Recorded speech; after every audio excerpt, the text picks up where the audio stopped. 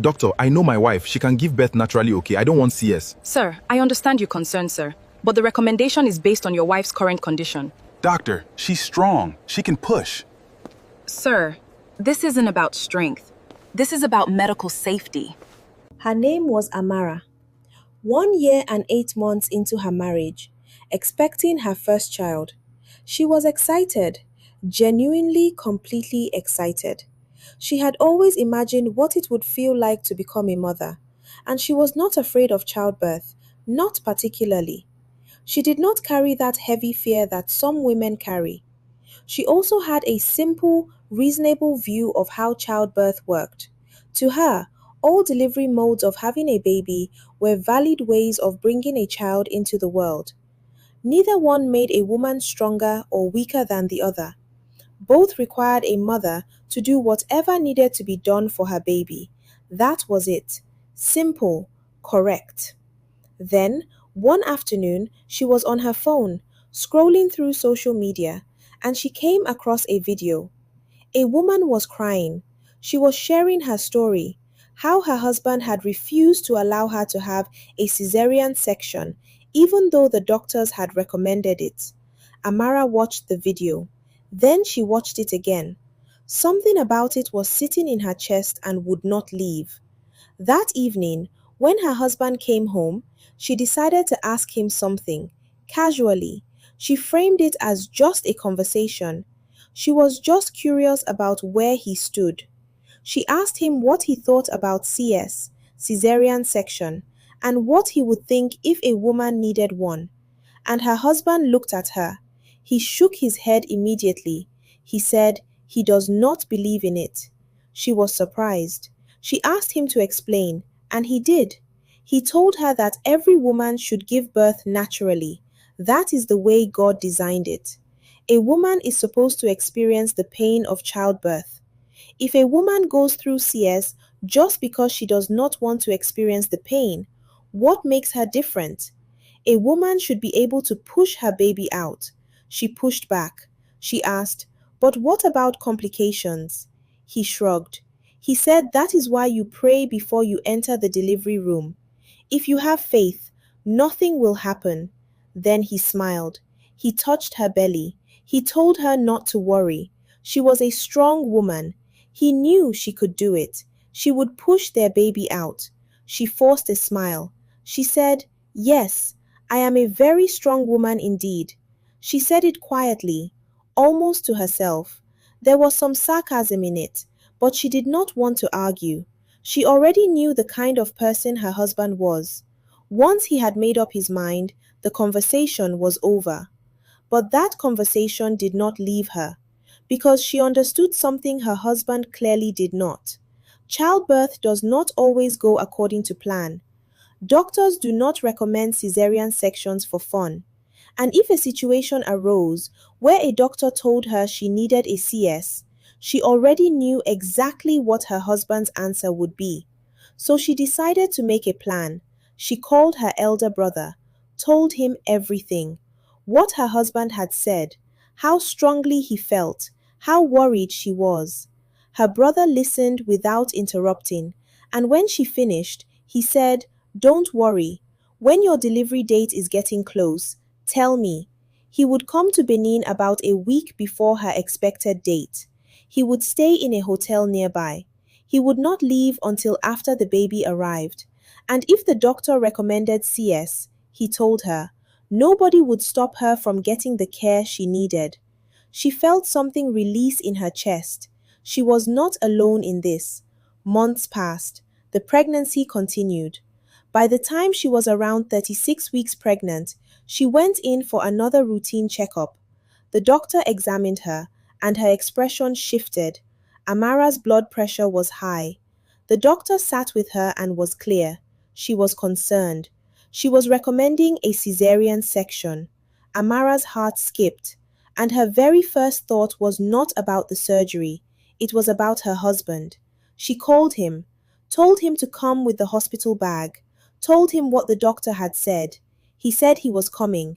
When he arrived, instead of coming straight to her room, he went to find the doctor. Amara could hear the conversation from a distance. Her husband walked up to the doctor and immediately started making his case. He told her he knew his wife. She could do this. She could give birth naturally. He did not want CS. The doctor stayed professional. She explained that the recommendation was based on Amara's condition. Her blood pressure was at a level where they needed to consider the safest option for both mother and baby. Doctor, I know my wife. She can give birth naturally, okay? I don't want CS. Sir, I understand your concern, sir. But the recommendation is based on your wife's current condition. He said Amara was strong. She could push. The doctor said patiently that this was not about strength. This was about medical safety. He asked what other options they had. The doctor said they could try inducing labor first, monitoring for progression. But she was very clear. If there was no progression, or if the condition worsened, they would need to proceed with the CS. She said that very clearly. He agreed to the induction, and so the process began. The medication was given, and then the contractions came. Anyone who has experienced induced labor knows it is not gentle. The contractions came hard, they built, they peaked, they eased slightly, and then they came back harder. Amara endured it for as long as she could, but eventually she could not anymore. She called her husband to her bedside and told him she wanted the CS, she needed help, and her husband looked at her. He told her not to worry. He said, I have already called Pastor. He is on his way. He will come and pray for you. Amara stared at him. She told him she did not need prayers right now. She needed the doctor. He told her, God will perform a miracle. She was going to deliver naturally. He believed that. She could not believe what she was hearing. This man was standing right beside her. He could see exactly what she was going through. He could hear her asking for help, and yet he was more concerned about proving that she could give birth naturally than about what she was actually going through right in front of him. She thought about her brother, and then she realized she had completely forgotten to call him.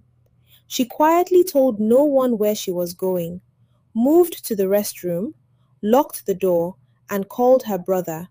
She told him, Please, you have to come now. He heard the urgency in her voice immediately. She explained everything: the blood pressure, the doctor's recommendation, the refusal, the induction, the pain, the pastor, that she was asking for CS and her husband still said no. Her brother's voice changed. He asked where she was. She gave him the hospital name. He told her he was currently in Zuri. The distance was not small, but he told her, I am not stopping anywhere. I am not going to pick up anyone else first. I am coming straight to you. She told him, Please hurry. He said, I am coming. She went back to her room. The pastor had arrived with his wife. They were in her room, praying. She looked at the pastor's wife. This woman stood beside her husband while he prayed out loud. She barely said anything. She was simply there, present but quiet. And Amara thought to herself, these people cannot fight for me. She needed her brother. She had to hold on. About 20 minutes later, the doctor came back. She examined Amara, and this time her expression was more urgent than the last visit. She looked at Amara's husband and said clearly, there was no progression. The induction was not working the way they had hoped. At this point, she was not making a suggestion. She was telling them this needed to happen. Amara's husband immediately objected. He told the doctor, let us wait. He believed God would do a miracle. The doctor tried again. She said, Sir, this is no longer about whether your wife is strong or not. We have to consider her safety and the baby's safety. He still insisted, Please, doctor, let us give it more time. Amara lay in that bed, looking at her husband. He could see her. He could hear her. He knew exactly what the doctor had said, and he was still choosing the idea in his head over the woman right in front of him. She kept praying that her brother would come. 3 hours later, he walked through the hospital entrance. He went straight to her room. The moment he walked in, he took in the scene. His sister in the bed, the husband standing nearby, the doctor nearby, the pastor still in the room. He asked, "What is happening here?" Her husband explained his position. He said he wanted his wife to give birth naturally. Her brother looked at him, and then he said something that went quiet in the room. He said, "Before she became your wife, she was my sister." Silence. Then the brother turned directly to the doctor. He asked, "Doctor, what is your medical recommendation?" The doctor explained everything again, clearly, completely. The blood pressure, the failed induction, the risk to mother and baby, the recommendation she had been trying to communicate for hours. The brother nodded. He said, "Bring the papers." That was when Amara's husband erupted. He told the brother, "You cannot just come here and decide what happens to my wife." The brother did not raise his voice. He said, "I am not deciding what happens to her. I am listening to the doctor, and I am listening to what my sister wants. Those are the only two things that matter right now." The argument between the two men became heated. Things became physical. Hospital staff had to step in and ask them to take it outside. But the brother did not back down. He came back. He signed the papers, and the medical team moved. They did what they had been trying to do for hours. The Caesarean section was performed. Her baby was born, safely, and Amara was safe too. When she was discharged, she did not go to her husband's house. She went straight to her parents. She needed to be somewhere she did not have to explain herself, somewhere the people already understood. A few days later, her husband came. He apologized. He begged. He told her he had been wrong. He said he had finally understood that what mode a woman gives birth with does not matter. What matters most is that the mother and baby are safe. Amara listened. She heard every word, and then she told him what he needed to hear. She told him the issue was not about CS or natural delivery. The issue was that he stood right beside her. He watched what she was going through. He heard her asking for help, and he still refused to let the doctors do what they believed was necessary. At that moment, she told him, "You were not protecting me. You were protecting an idea you had in your head about what a woman should be." He sat with that. He apologized again. He went to her family and apologized to all of them. "Whether it is CS or vaginal delivery," he told them, "it does not matter anymore. What matters is that my wife and my baby are alive, and I am sorry." Amara listened. She was still hurt, but eventually she forgave him. She went home, with her husband, with her baby, and that experience left her with something she would carry for the rest of her life. Giving birth does not make a woman more or less of a woman. What matters is that the mother and the child are safe. And sometimes, loving someone means putting their safety above your own beliefs. So that is Amara's story. But let me ask you guys, if you were Amara, would you have forgiven him? If you had been in that hospital room, what would you have done? Drop your answers in the comments. I really want to hear from you. Kindly subscribe and turn on the bell. New stories drop every week, and I promise you do not want to miss what is coming.